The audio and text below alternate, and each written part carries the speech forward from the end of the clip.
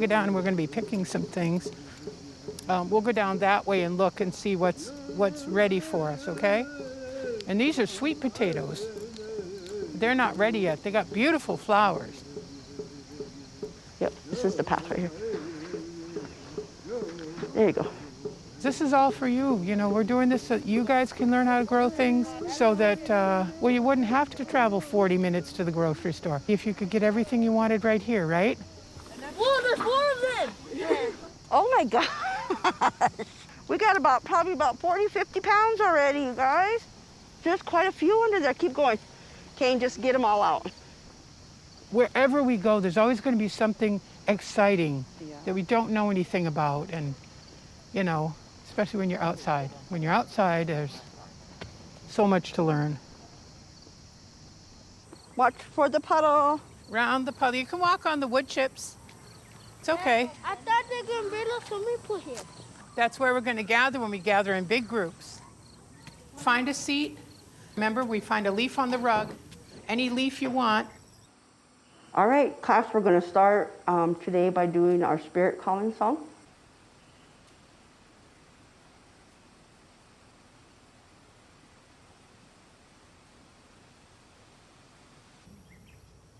So everybody want to hold your hand out and I'll pass out the sage. Thank you. So when we roll that sage up into a ball, give it a smell. You're smelling the spirit of the plant. We sing a song. You guys, and you sing with me, okay? Oh, ye ma kiayo, che ma kiayo,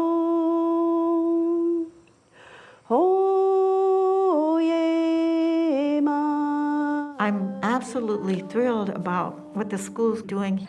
Just being able to teach about all the things that surround us, our water, our land, all of that, you know, how to protect it, how to become stewards of our lands. These are all important things that we need to teach our children.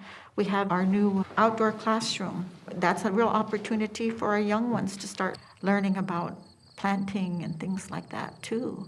There's mushrooms right there. What we're looking for, underneath of the leaves, if you're very careful, just tip them up, you might see a little white egg underneath of there. Look, feel this one, or this one, some of these little ones. Do they smell good? Feel how soft they are. Oh my God, they are like a little tiny blanket. Aren't they? They're really nice. What's this?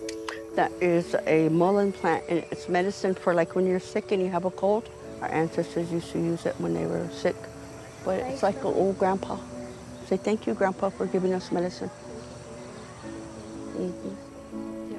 Okay, come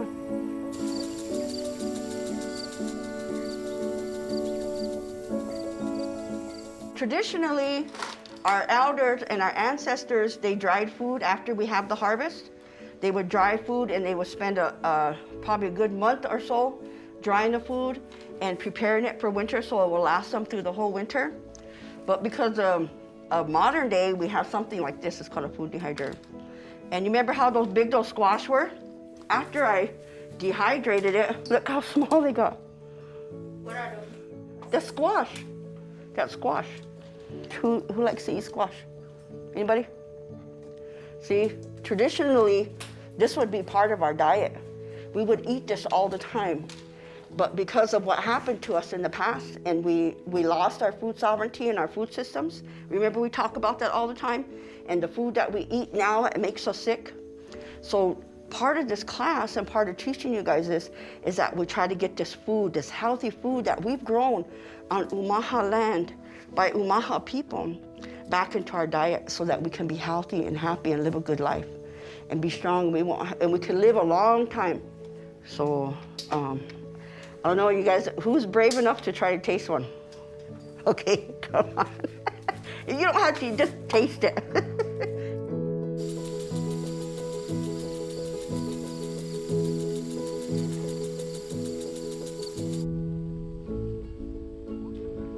Hi, Mr. Reza. Good morning, everybody. How we doing? Good. Good? Good day today? This is our 4th grade class, and they helped harvest a lot of the vegetables. We had fun, didn't you guys? So they have Wonderful. questions about what's happening with the vegetables now. Well, first of all, I want to thank you all for harvesting all those beautiful cucumbers and all these vegetables. And what we're doing here today is we're setting up a farmer's market. How much are the cucumbers going to be? The cucumbers are 2 for $1. Is that a good price? Is that fair? Yeah.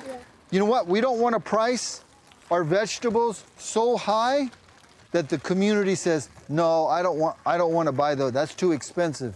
We want to make it affordable for everybody. $6. Okay, thank you so much. And so, you know, one of our goals is to grow our food and then serve it in the school kitchen on the salad bar. You know what we've been doing? We've been taking vegetables every week up to the senior center and giving to the senior center. And they are so appreciative of being able to have fresh, organic vegetables. Thank you. Oh, you're welcome. As a school, as a team, we're working on this garden project together. The kindergarten planted this corn, the kindergarten class last year, and then over the summer, the high school students planted the beans and the pumpkins and the squash out here. And we harvested the Indian corn. First thing we look for is the silk and the silk to turn brown. But look, this has no silk coming out of the top. But come up here so you can see. One over there. You saw one with the brown silk? Okay, but this is what those grasshoppers are doing. Each one of these pieces of silk connects to a piece of corn. Now see? Oh, look, go ahead, break it off. Can you break that? Yep, break it off, twist it, good. Now we're gonna open it up and show us what's in farther down. Yeah, see, this is the blue corn. So because the silk was gone from the top, these didn't get fertilized, but look, we've got all that. Are you still good? Okay, it's still good. We can still boil it. We can still spoon it off and save it for corn soup. What we're doing is, this is some corn I grew. I planted this corn last spring. I harvested it recently. I brought it into the school, and the kids have already prepared it, taken it off the cob. And this is a traditional way that our people did the corn, you know. Nowadays they have big fans and they blow it like that, but what we relied on was the wind. So we would have purposely chose a windy day to do this. There you go. Eventually, after this dries some more, Grandma's going to make a dish, a traditional dish called washonge.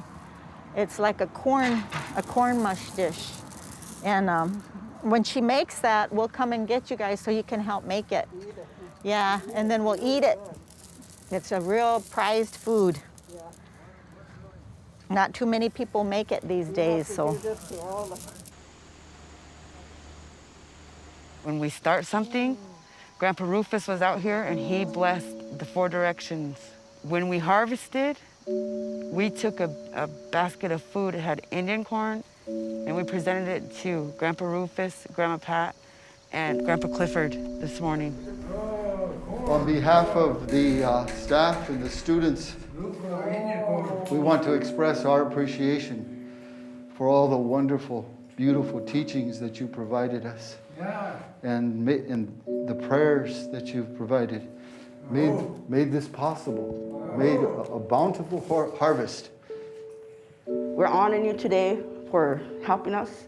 You came and made a prayer for us in the spring before we started planting, and we had a wonderful, wonderful season.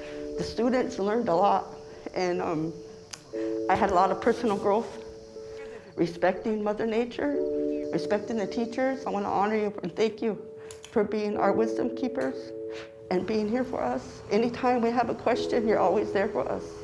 This is one baby step for us in reclaiming our food sovereignty and our food systems back. We're looking forward to next year. Let's walk down this way. Say where we're going. Come on, you guys, keep walking. At one time, the Omaha people didn't know poverty. They didn't know hunger. They lived with the land, and they sustained themselves from the land, and it was a big part of their culture. And you know that it is because they have a harvest celebration for 4 days to just celebrate the fact that they receive so much from the land and give their thanks, to come together and celebrate that. So we get to be a part of the celebration, and it's wonderful.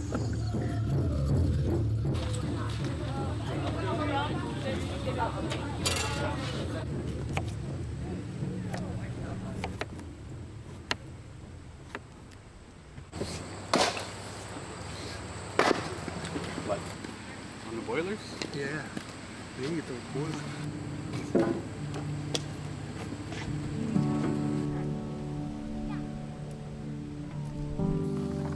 People are so excited and happy to see that we're doing something like this, you know, fulfilling a need that we have in our community.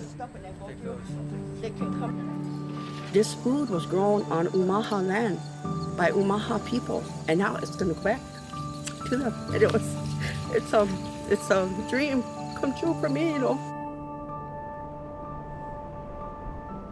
Today, I thank the Umó̓ho̓ Nation School for giving me this honor to pray for Wakanda. I ask you to bless each one of that food, the harvest, the garden food, so that we can all be nourished.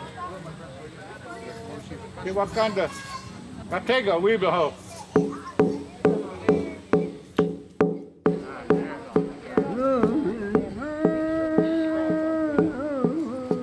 Omaha people have this whole reservation here and lots of land, and I would like to see the children, this generation, to grow up and to bring it to fruition where they're creating and growing their own food and making their own economy from it, you know, so that they, our struggles for the past 7 generations is the next 7 generations will have hope and happiness in this land, you know. And did I say the American dream? Well, we haven't really realized that yet, but we're working towards it.